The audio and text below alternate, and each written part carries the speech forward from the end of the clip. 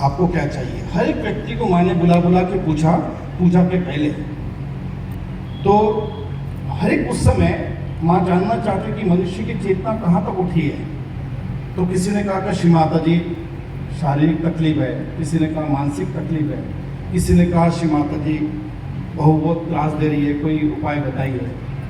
किसी ने कहा कि श्री माता जी पड़ोसी की दुकान बहुत अच्छी चल रही है, क्या करें।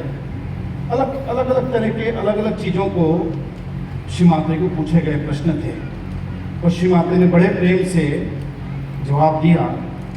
और श्री माता ने जिस तरह से खड़ा किया, आज हम श्री माता से प्रार्थना करेंगे कि श्री माता जी हमें तादाद में दीजिए। यदि तादाद में नहीं हुआ तो बहुत सारी समस्याएं हमारे सामने खड़ी है जो दिखाई नहीं दे रही है हमको। जब पूजा शुरू हुई तो श्री माता ने जब बोलना शुरू किया तो शायद वो कैसेट के 20 मिनट के बाद में श्री माता जी ने वो सेंटेंस कहे। वो मैं हम जब सहयोग पहले किया करते थे तो इतना टेक्नोलॉजी था नहीं, हम कैसेटें सुना करते थे, 2-3 बार कैसेटें हुआ करती थी। अब तो शायद सारा नेट आ गया है, सब चीज़ अवेलेबल है, सब इतनी है। लेकिन मैं कैसेट सुन रहा था तो 20 मिनट के बाद में अचानक श्री माता जी ने ऐसे शब्द कह दिए कि जो मैंने सुने नहीं थे। श्री माता जी ने कहा कि आप में से जो मेरे सामने अधिकतर लोग बैठे हैं, अधिकतर मतलब 300 में से आप अधिकतर समझ लीजिए कितने होते हैं।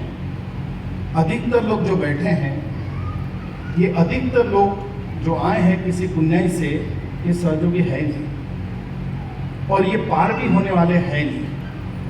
अब प्रोपोर्शनेट बढ़ सकता होगा, 300 के प्रोपोर्शनेट में आज समझ लीजिए आप कितने हो सकते हैं, क्योंकि ये आए हैं किसी पुण्याई से।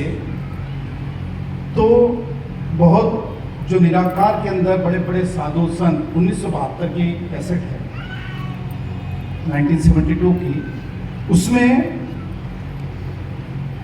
माँ ने कहा कि बहुत सारे साधु संतों का ये विचार आया है कि जो निराकार में, क्योंकि जब सहस्त्रार जागरूक हुआ तो सारे लोग जागरूक हो गए, पूरे के पूरे सुप्रा कॉन्शियस एरिया, कलेक्टिव सुप्रा कॉन्शियस एरिया, सब कॉन्शियस एरिया, सारे के सारे एक साथ सात जो हमारे तर लोग हैं जो जान सकते हैं, जो जैन धर्म को जानते हैं, जहाँ पे 7 तरह के नरक बताए गए, वो तक जागरूक हो गए एक साथ सहस्त्रार के साथ में। क्योंकि जब अच्छी चीज़ें जागरूक होती है तो बुरी भी होती है। तो श्री माता जी का कि अधिकतर लोग आप में से जागरूक पार नहीं होंगे इस बार, इस जन्म में। हो सकता है कि कोई समय उसी शब्दों में कह रहा हूँ, हो सकता है कि वो पार भी ना हो, लेकिन अधिकतर साधु संतों का निराकार में ये कहना है कि श्री माता जी यदि अब हम जन्म लेंगे तो आपका काम करेंगे कब, क्योंकि इतना घोर कलयुग है। और यदि आपका कार्य पूरी तरह से फलित नहीं हुआ, सहयोग यदि संसार में फलित नहीं हुआ, तो बिल्कुल विनाश सामने खड़ा हुआ है। उसके बाद की कुछ दिन बाद की श्री माता जी की कैसेट है कुंडलिनी और कल की, जरूर आप सुने, समझें उसे। तो अधिकतर साधु संतों का ये कहना आया कि श्री माता जी हम जन्म कब लेंगे। तो मैंने ही उनको कहा कि घुस जाइए इन लोगों के अंदर।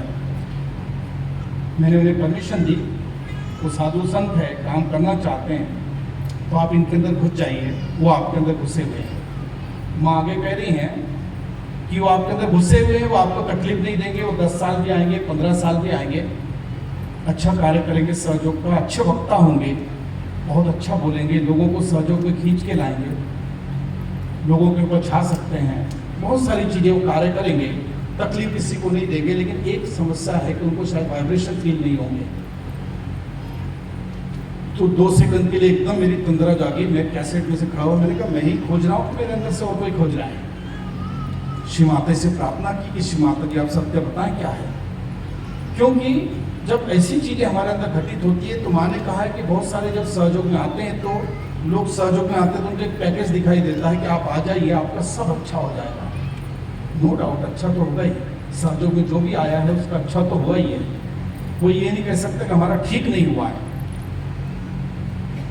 तो जब व्यक्ति सहयोग में आता है तो माँ ने कहा है कि आपको पैसा चाहिए, पैसा लीजिए, धन चाहिए, धन लीजिए, सहयोग के बाहर हो जाइए। आपको पावर चाहिए, पावर लीजिए, सहयोग में मिलेगा जरूर, बाहर हो जाइए। टिकेगा सहयोग में वही जिसको केवल परमात्मा और माँ चाहिए। ये सत्य है, यही सत्य है। इसीलिए कई लोग हमको हर बार जब हम सेमिनार में जाते हैं, बहुत सारे नए लोग दिखाई देते हैं। प्रोसेसिंग हो रहा है, सहयोग एक प्रोसेसिंग मशीन है। जहाँ पे सब लोग आते हैं, समस्याएं से बाहर सब समस्याएं यहाँ पे सुलझ जाती है। और इस बात को मैं माँ से माफ़ी मांगूंगा, बहुत सारे जो हम लोग हैं माँ के ही बच्चे हैं, जो आपके सामने जो वक्ता बोल रहा है ये भी कोई बहुत अच्छा हो नहीं सकता है, आप इस बात पे उसको बहुत ज़्यादा तवज्जो न दें। लेकिन अधिकतर सहयोगी की जो समस्याएं हैं, माँ ने एक जगह पे कहा है कि ये मैंने जानबूझ के आपके अंदर घुसाकर की है, नहीं तो यकीन मानिए कि 90%